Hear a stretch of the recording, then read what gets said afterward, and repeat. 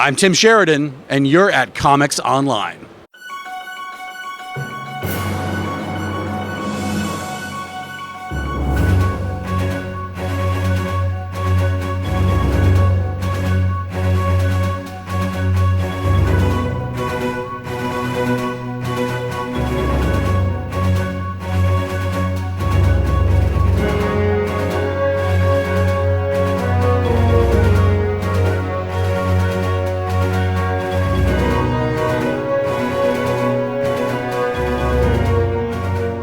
It's Sunday at San Diego Comic-Con. I'm here with Tim Sheridan. We're at the top of the DC booth.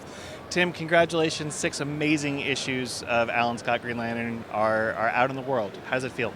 Oh, I mean, I don't know. It's a labor of love, you know. I think Kean feels the same way. Like it was at times a heavy story to tell, but you know, the reaction was way beyond anything we'd ever dreamed. We felt very welcome. Well, we were here last year when you had just announced the book was happening, and now that we're here with 6 issues, I can say wholeheartedly it was an incredible experience from a reader's perspective, and you have a lot to be proud of. Yeah, that's really kind of you. I was really, I'm not kidding. I was nervous about it. I mean, there's subject matter in there that is, like I said, really heavy. There's stuff that some people looked at and thought they like to say is political. I don't think it's political, but those things are important. These stories need to be told. Our stories should all be told, and comics are a place to do that. I think we should all read about ourselves and each other in comics, and so 6 issues of Alan Scott. Also, what we got to do was we got to kind of reset everyone's understanding of Alan Scott. Not a reboot, but like just sort of level the playing field and say, here's who he is, here's his power set, why it is what it is. So I encourage you to go back and read everything in the Alan Scott canon, but if you don't have time, you can start from our series and then continue and read about his further adventures in current continuity in DC Comics. Well, I loved also that we had the reprint of his origin story that came out in tandem with your first few issues. The first issue, yeah. So, I remember reading it at one point, but it's amazing how additive you were able to take his story and really flesh out some of the pieces that were a little weird or just more of very briefly touched on in that first issue. I think that's true of a lot of Golden Age stuff. I mean, look, everybody was just starting out. A lot of characters, when you read Golden Age comics, they all kind of look and sound the same. Their voices are very similar. Their powers are really similar usually, although Alan had some weird-ass powers that have never completely made sense. We tried to kind of sew some pieces of some of those threads together and make sense out of it. That was a fun puzzle to solve, like a really fun challenge. I talk about a lot about the walking through walls power that he had, which was strange. I was like, is that? I mean, light doesn't move through walls, so I don't understand. But they always called it moving through the 4th dimension, and so we think of that now as time. So kind of figuring out how to explain that power through as a cousin of time travel. That stuff's really fun and satisfying.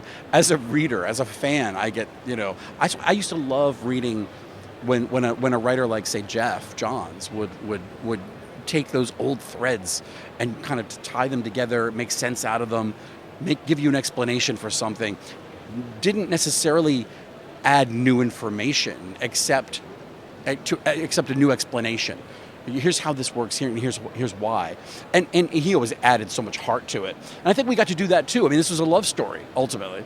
And who knows? I mean, I'd love to see the further adventures of Alan Scott and even Vladimir Sokov. I mean, I don't know what became of him, what's going to become of him. But I mean, who knows what that relationship would be today.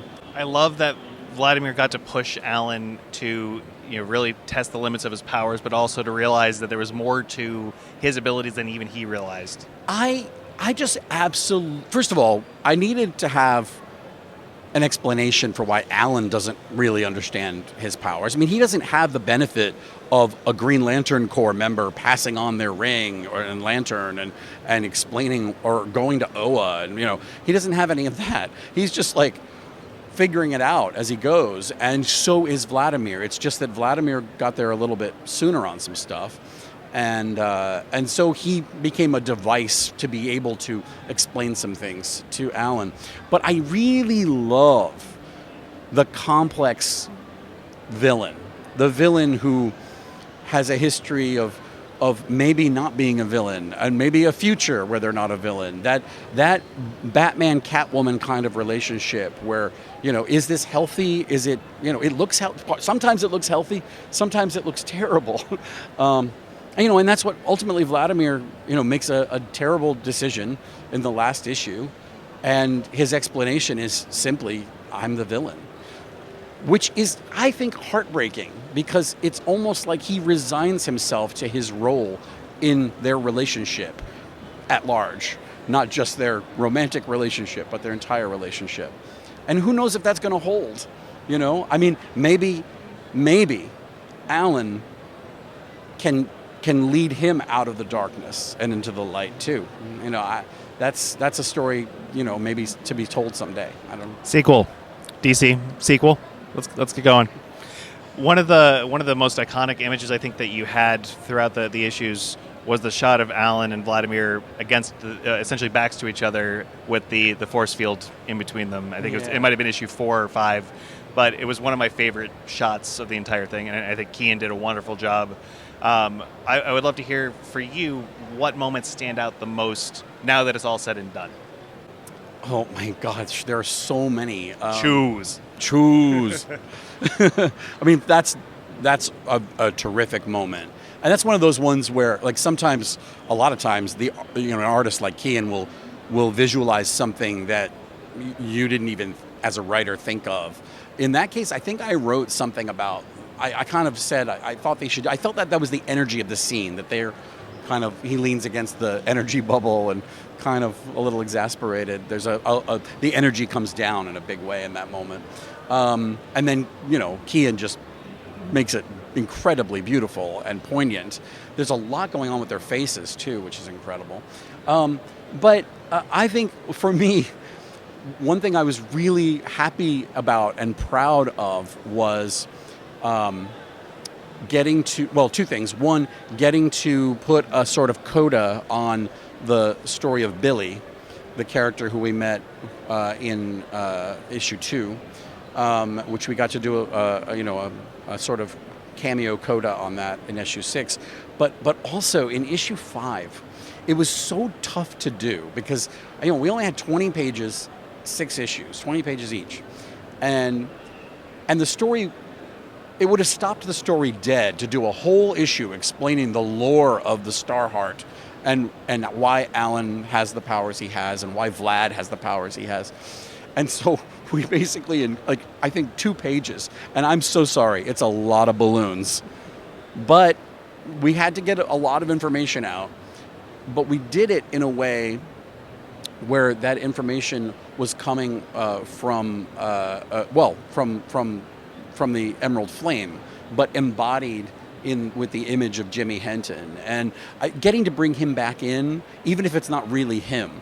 There was a reason why the energy chose to present himself as Jimmy in that moment, and I just love the way that's realized. That whole sequence, all the explanation of the Starheart and the meteor and the crimson flame flare coming off of the star, and I just love the way that came out. I think it's really cool, and I think even in a couple of pages, it sort of does the job of saying, here's why Alan is the Green Lantern. Here's why Vlad is the Crimson, is the Red Lantern, and why the Crimson Flame is the Crimson Flame, and now we can go from here and let's tell more amazing stories about them.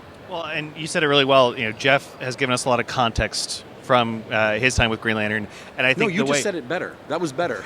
Jeff has given us a lot of context. That's perfect. I think that you have now done the same thing, though, with Alan in just those few pages to streamline why his powers are a little bit different and give us a new setup where it makes sense as to he still has a connection to the world of Green Lantern, but I loved how the narrative came out from that issue in particular. And I know that one was a daunting one. We talk pretty regularly. Yeah. But I really did love how it played out visually and from a storytelling perspective, where it wasn't just, here's an exposition dump.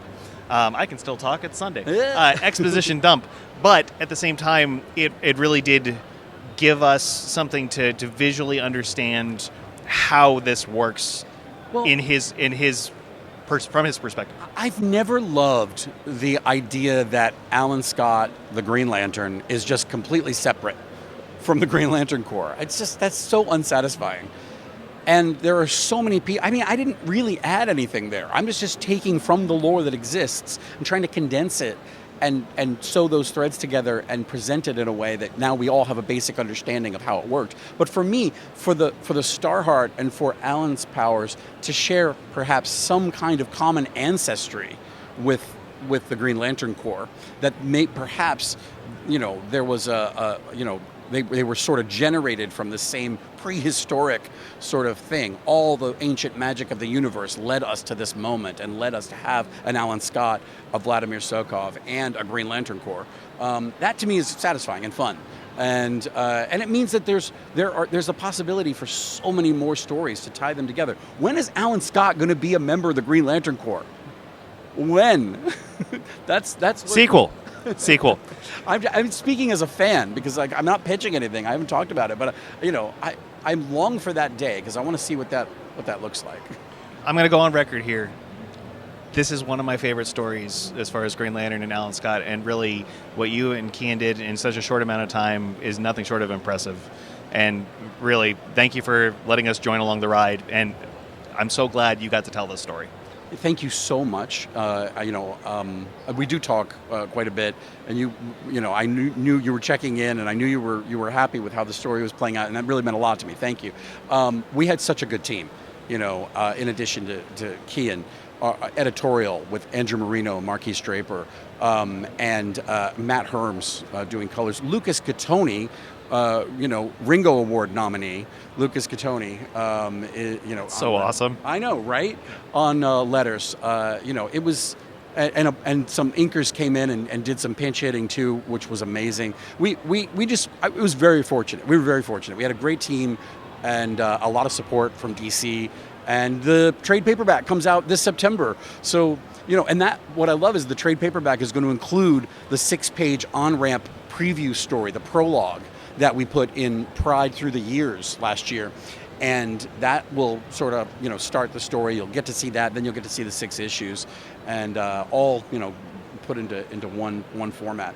So I can't wait. I hope I know a lot of people wait for the trade. I hope the people who waited are going to pick it up and discover it and hopefully, agree with all the folks like you who felt like it was it's a worthwhile story and one we should be telling. Well, you can get issues 1 through 6 of Alan Scott, the Green Lantern, at your local comic book store if they still have them. It's actually kind of hard to find. Yeah, but at the very least, the trade paperback will be available in September. Tim, always a pleasure. Yeah, thank you so much. And this is a wrap on our interview coverage for San Diego Comic-Con 2024. So, Tim, you're the last one. I'm closing it out. You're closing it out. Oh. So we've got a lot of amazing interviews that we're going to be sharing soon. So stay tuned to Comics Online for all of our Comic-Con coverage. And please like and subscribe for more.